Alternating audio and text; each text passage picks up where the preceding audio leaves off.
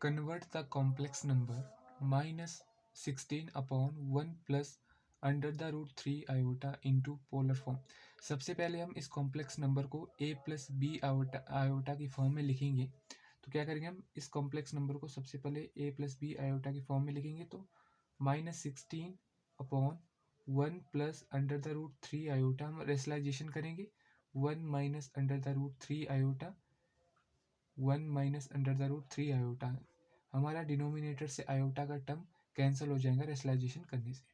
तो क्या हो जाएगा, -16 into 1 minus under the root 3 iota upon a plus b, a minus b जो कि होता है a square minus b square, 1 square minus under the root 3 iota whole square.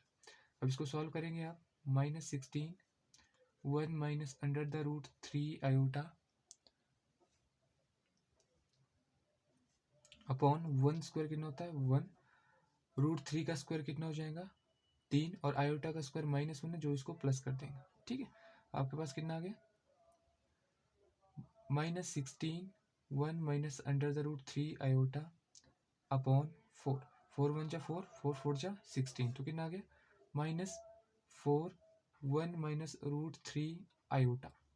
तो आपके पास कितना आ गया, a प्लस बी आयोटा का वैल्यू कितना आ गया, a plus B iota is equal to, इसको इससे मल्टीप्लाई किया -4 plus under 4 under the root 3 iota. ये आपके पास a प्लस बी आ गया। यहाँ पर आपके पास जो रियल पार्ट है वो कितना आ गया, रियल पार्ट का वैल्यू कितना आ गया -4, और जो कॉम्प्लेक्स इमेजिनरी पार्ट है, वो कितना आ गया आपके पास 4 रूट 3।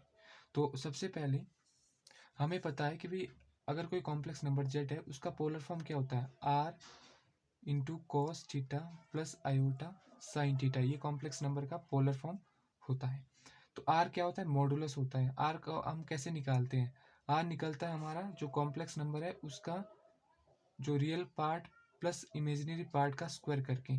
तो रियल पार्ट कितना आपके पास -4 प्लस इमेजिनरी पार्ट कितना है 4 रूट 3 का क्या करना है आपने स्क्वायर कर देना है अंडर द रूट।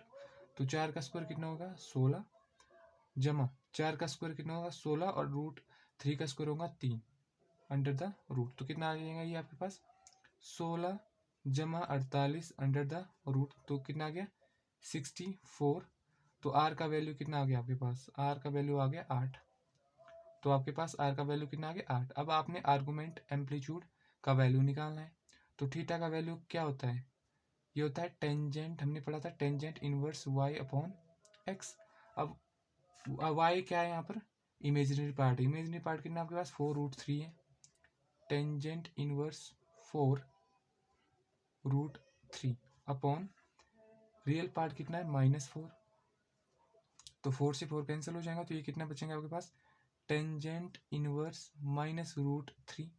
अब 10 -10 से बाहर आ जाएगा तो ये कितना बनेगा आपके पास माइनस टेंजेंट इनवर्स √3। और टेंजेंट इनवर्स √3 का वैल्यू कितना होता है रेडियन में, ये आपके पास वैल्यू होता है π/3। तो ये आ गया -π/3। थीटा का वैल्यू कितना आ गया -π/3। अब यहाँ पर एक इंटरेस्टिंग बात और है, आपका जो कॉम्प्लेक्स नंबर है z is equal to -4 plus 4 under the root 3 iota. अगर हम इसका ग्राफिकल रिप्रेजेंटेशन देखें तो एक्स एक्सिस में ये वाई एक्सिस है, एक्स का वैल्यू कितना है -4। ठीक है, अब ये पॉजिटिव है, मान लीजिए 4 रूट 3 यहाँ पे आ रहा है। तो इसका अगर आप देखें तो इसकी लोकेशन यहाँ पर, इस कॉम्प्लेक्स नंबर का लोकेशन ये है। तो इसके कोऑर्डिनेट क्या आएगा 4 रूट 3 -4 कॉमा 4 रूट 3। अब इसके कोऑर्डिनेट आ गए। अगर आप इस पॉइंट को यहाँ से मिला दें तो हमने क्या निकालना है, आर्गूमेंट निकालना है। अब ये आर्गूमेंट नंबर आपका कहाँ लाइज कर रहा है,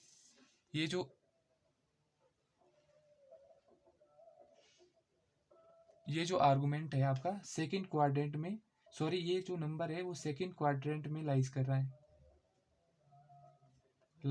ये। ठीक है, तो सेकंड क्वाड्रेंट में क्या होता है, जो आपके पास आर्गूमेंट का जो वैल्यू होता है फर्स्ट क्वाड्रेंट में लिख देता हूँ यहाँ पर, फर्स्ट क्वाड्रेंट में आर्गूमेंट का वैल्यू होता है theta is equal to minus tangent inverse Y upon x.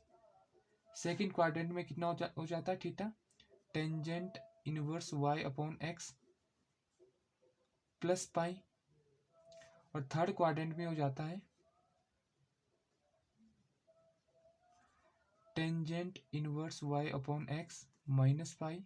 और फोर्थ क्वाड्रेंट में आपके पास थीटा का जो वैल्यू हो जाता है वो हो जाता है tangent inverse Y upon X. ठीक है, इसको आप ऐसे देख सकते हैं।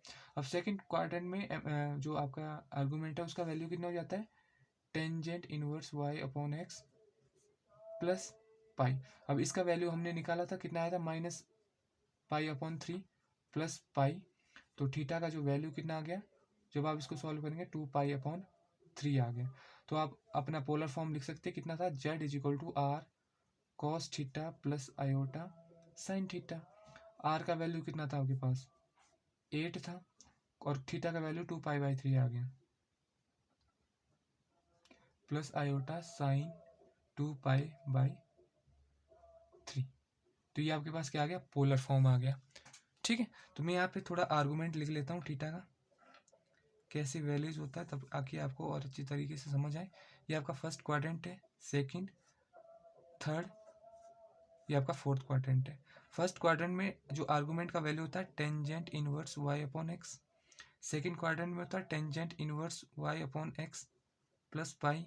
और थर्ड क्वाड्रेंट में होता है tangent inverse Y upon X minus pi. और फोर्थ क्वाड्रेंट में होता है tangent inverse Y upon X. इस तरीके से होगा। तो ये आपके पास क्या आ गई, पोलर फॉर्म आ गई।